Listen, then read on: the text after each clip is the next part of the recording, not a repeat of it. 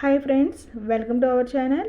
ఈరోజు ఈ వీడియోలో ఎంతో టేస్టీగా చాలా సింపుల్గా 5 మినిట్స్లో అయిపోయే జీరా రైస్ని ఏ విధంగా తయారు చేసుకోవాలో ఈ వీడియోలో చూసేద్దాము. స్టవ్ మీద ప్యాన్లో ఒక 1 స్పూన్ నెయ్యి వేసేసుకుందాము.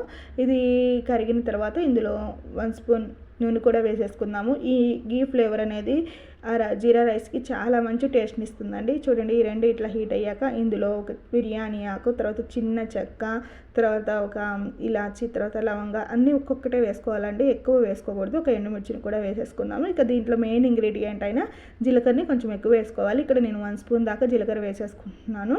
ఇక మనం తీసుకునే రైస్ క్వాంటిటీని బట్టి జీలకర్ర వేసుకోవాలి. ఇక్కడ నేను చాలా కొంచెం రైస్ తీసుకుంటున్నాను కాబట్టి 1 స్పూన్ వేసేసుకున్నాను. మీరు ఎక్కువ రైస్ తీసుకునే పని ఇంకొంచెం ఎక్కువ జీలకర్ర వేసేసుకోండి. ఇక స్టవ్ని సిమ్లో పెట్టి వీటిని బాగా వేగించుకోవాలి. ఆ జీలకర్ర నుంచి మనకి మంచి ఫ్లేవర్ వచ్చే వరకు దీన్ని ఫ్రై చేసుకోవాలి.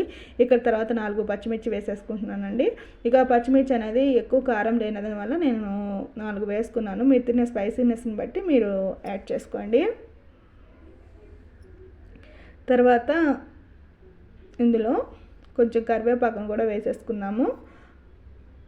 ఇది కూడా లైట్గా ఫ్రై అయిన తర్వాత ఇప్పుడు మనం ముందుగా ఉడికించి పెట్టుకున్న రైస్ని ఇందులో యాడ్ చేసుకోవాలి. స్టవ్ని మాత్రం మీడియం ఫ్లేమ్లోనే పెట్టుకోవాలండి. మీడియం ఫ్లేమ్లోనే సిమ్లోనే పెట్టి ఫ్రై చేసుకోవాలి. ఇక్కడ చూడండి, నేను సోనా మసూరి రైస్ అయితే తీసుకుంటున్నాను. మీరు బాస్మతి రైస్ అయినా తీసుకోండి, ఏదైనా చాలా బాగుంటుంది. ఇక దీంట్లో టేస్ట్కి తగ్గట్టుగా సాల్ట్ వేసేసుకొని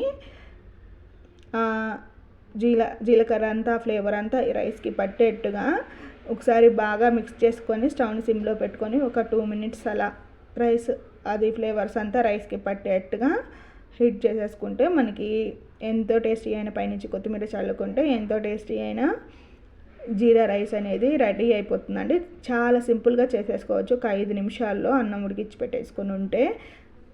ఈ వీడియో కనుక మీకు నచ్చినట్లయితే please like, share and subscribe to our channel. Thank you for watching.